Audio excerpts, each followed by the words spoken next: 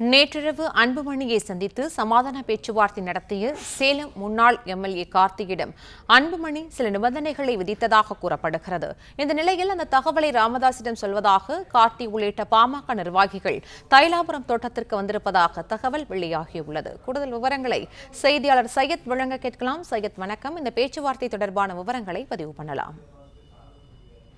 நேற்று விழுப்புரம் மாவட்டம் வானூர் அருகே உள்ள தனியார் திருமண மண்டபத்தில் பாமக பொதுக்குழு கூட்டம் நடைபெற்றது.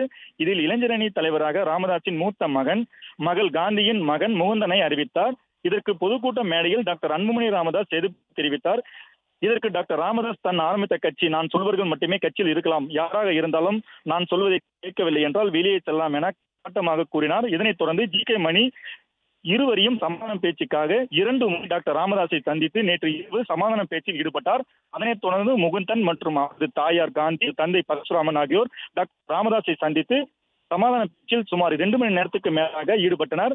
அதனைத் தொடர்ந்து முடிவில் உறுதியாக இருப்பதாக டாக்டர் ராமதாஸ் தெரிவித்ததாக தகவல் வெளியாயின.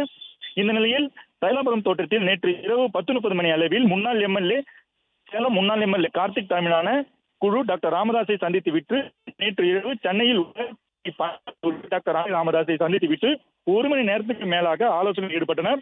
அதனைத் தொடர்ந்து அன்புமணி முன்னாள் எம்எல்ஏ கார்த்திகிடம் பல்வேறு தகவல்களையும் நிபந்தனைகளையும் அன்புமணியிடம் கூறியுள்ளார். அதை டாக்டர் ராமதாஸிடம் தெரிவிப்பதற்காக தற்போது முன்னாள் எம்எல்ஏ கார்த்திக் மற்றும் பாமக நிர்வாகிகள் ராமதாஸிடம் அன்புமணி தெரிவித்த தகவலையும் நிபந்தனைகளையும் சொல்வதற்காக வந்துள்ளனர். இவர்கள் சுமார் அரை மணி நேரத்துக்கு மேலாக ஆலோசனை ஈடுபட்டு வருகின்றனர். இதனைத் தொடர்ந்து டாக்டர் ராமதாஸ் மற்றும் அன்புமணி ராமதாஸ் இருவரும் சந்திக்க உள்ளதாக தற்போது தகவல் வெளியாகியுள்ளது. அதனைத் தொடர்ந்து டாக்டர் அன்புமணி ராமதாஸ் செய்தியாளர்களை சந்திப்பதாகவும் தற்போது பாமக தரத்தில் தெரிவிக்கப்பட்டுள்ளது.